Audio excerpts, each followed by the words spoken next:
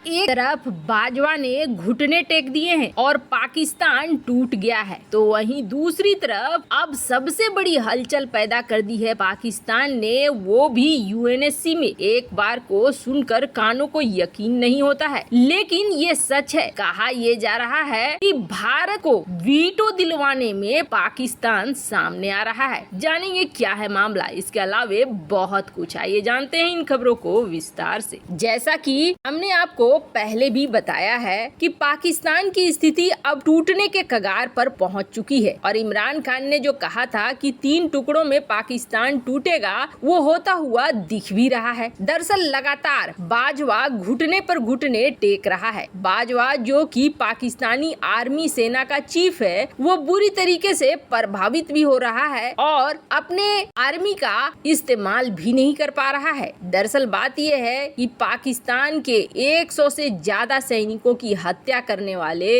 आतंकी संगठन तहरीके तालिबान यानी टीटीपी के सामने सेना प्रमुख जनरल कमर जावेद बाजवा ने घुटने टेक दिए हैं। और इसके पीछे है कौन, तो आपको बता दें, जिस तरीके से टीटीपी लगातार हमले कर रही है। अब एक तरफ से अफगानिस्तान का तालिबान भी पाकिस्तान को कह रहा है कि आप टीटीपी की बात मान लो, तो वहीं चीन भी ये कह रहा है कि आप टीटीपी की बात मान लो और टीटीपी के साथ एक समझौता कर लो। और इस समझौते में क्या होने जा रहा है, इस समझौते में पाकिस्तान के अंदर एक अलग इस्लामिक देश बन रहा है। दरअसल जो पश्तूनों का इलाका है, उन पश्तूनों के इलाकों को बिल्कुल अलग किया जा रहा है और इस इलाके में टीटीपी अपने हिसाब से शरिया कानून लागू करेगा। एक तरह से अब ये समझौता टीटीपी के लिए सबसे बड़ी जीत है। टीटीपी अब यहीं रुकेगी, ये बात तो बिल्कुल भी नहीं है। टीटीपी अब आगे बढ़ेंगे और पाकिस्तान के लोकतांत्रिक सरकार के जगह ये बैठेंगे। आपको बता दें 2021 से 2020 के बीच में कम से कम 119 पाकिस्तानी सैनिकों की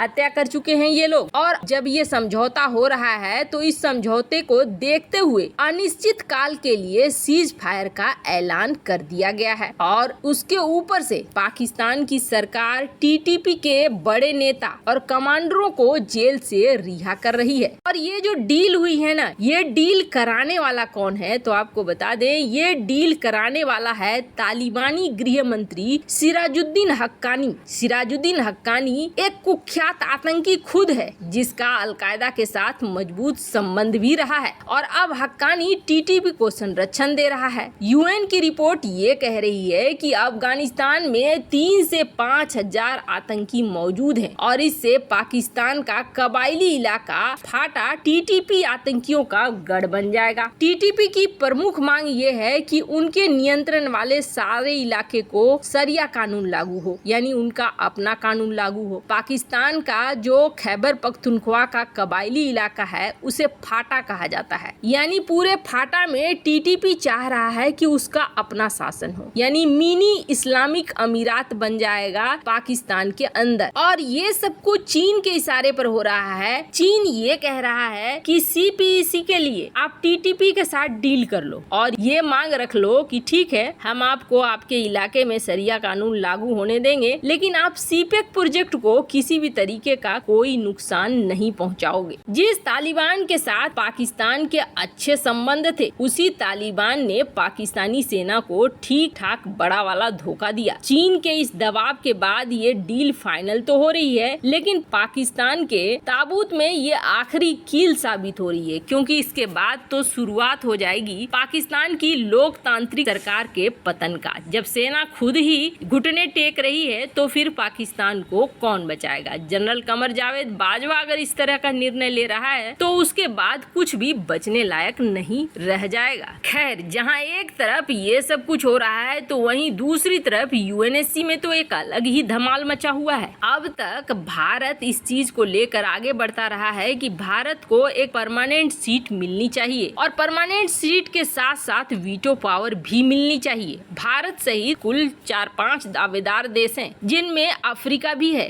और ये देश चाह रहे हैं कि यूएन में विस्तार किया जाए, यूएन को थोड़ा बदला जाए और ऐसे देशों को भी जगह मिले जो देश काफी बड़े हैं या एक महत्व रखते हैं, बहुत बड़ी आबादी को प्रभावित करते हैं। पर कौन है जो नहीं चाहता है भारत इसमें शामिल हो। सबसे पहले तो चीन है। चीन सीधे सीधे ये कह देता है यूएन में कि नहीं, एक्सपेंशन की जरूरत नहीं है, विस्तार की जरूरत नहीं है। वहीं कुछ बड़े देश हैं जो ये कहते हैं कि ठीक है, हम आपको अस्थायी सीट दे देंगे, परमानेंट सीट दे देंगे, लेकिन हम आपको वीटो पावर नहीं देंगे। अगर वीटो पावर नहीं मिलता है तो फिर परमानेंट मेंबरशिप की कोई वैल्यू नहीं रह जाती है। हालांकि ये गलती भारत की पिछली सरकारों ने किया और भुगतना अब पड़ रहा है। नेहरू के समय भारत को परमानेंट मेंबरशिप ऑफर की गई थी। तब नेहरू ने ये कहा था कि हमसे ज्यादा जरूरत चीन को है और चीन को मिलना चाहिए ये वीटो पावर और परमानेंट सीट। अब हुआ ये है कि वही चीन भारत के लिए लगातार रुकावट बन रहा है और यूएन में परमानेंट सीट को लेने नहीं दे रहा है। परमानेंट सीट अगर वीटो के साथ मिलता है तो फिर एक अलग ही जलवा, एक अलग ही चीजें देखने को मिलेंगी। और आपने देखा होगा फ्रांस सहित कई देश हैं, जब से रूस यूक्रेन की लड़ाई शुरू हुई है, इन्होंने यही कहा है कि भारत को दे दो वीटो पावर। ऐसा कहने के पीछे एक बड़ा मकसद था। जब भारत को यूएनएससी की अध्यक्षता का 2 महीने का मौका मिला था, तब भारत ने इतने अच्छे अच्छे फैसले लिए और इतने दमदार ढंग से फैसले लिए कि दुनिया चौंक सी गई थी कि भारत इतने कठोर फैसले कैसे ले रहा है बिना किसी दबाव में आए। इस रूप को देखकर भी फ्रांस ने यही कहा था कि ये वक्त भी ऐसा है जहां भारत को यूएनएससी का परमानेंट मेंबरशिप मिलना चाहिए। पर इस बार तो बिल्कुल उलटफेर हो गया है। फ्रांस कहता है या अमेरिका कहता है, रूस कहता है, तो चलो ये माने जाते हैं कि हाँ ऐसा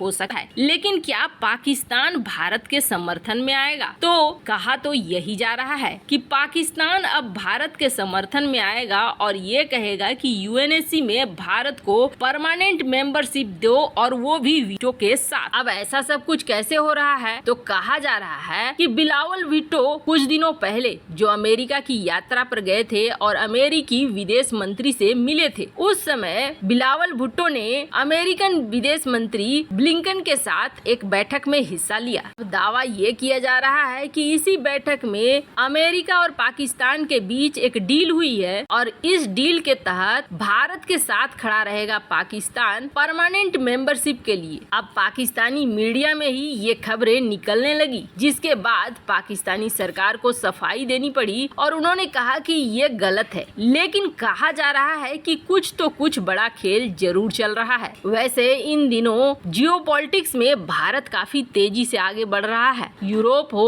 अमेरिका हो या फिर एशिया के देश ही क्यों ना हो, भारत का स्तर काफी ज्यादा बढ़ रहा है। ऐसे में अमेरिका के ऊपर भी दबाव है भारत के लिए कुछ बड़ा करने का और अमेरिका इसी दबाव का कथित रूप से इस्तेमाल कर रहा है पाकिस्तान के ऊपर। वैसे आपको क्या लगता है, क्या पाकिस्तान समर्थन करेगा भारत का? कमेंट कर अपनी राय जरूर बताएं। जल्द मिलते हैं अगली वीडियो में नई खबर के साथ।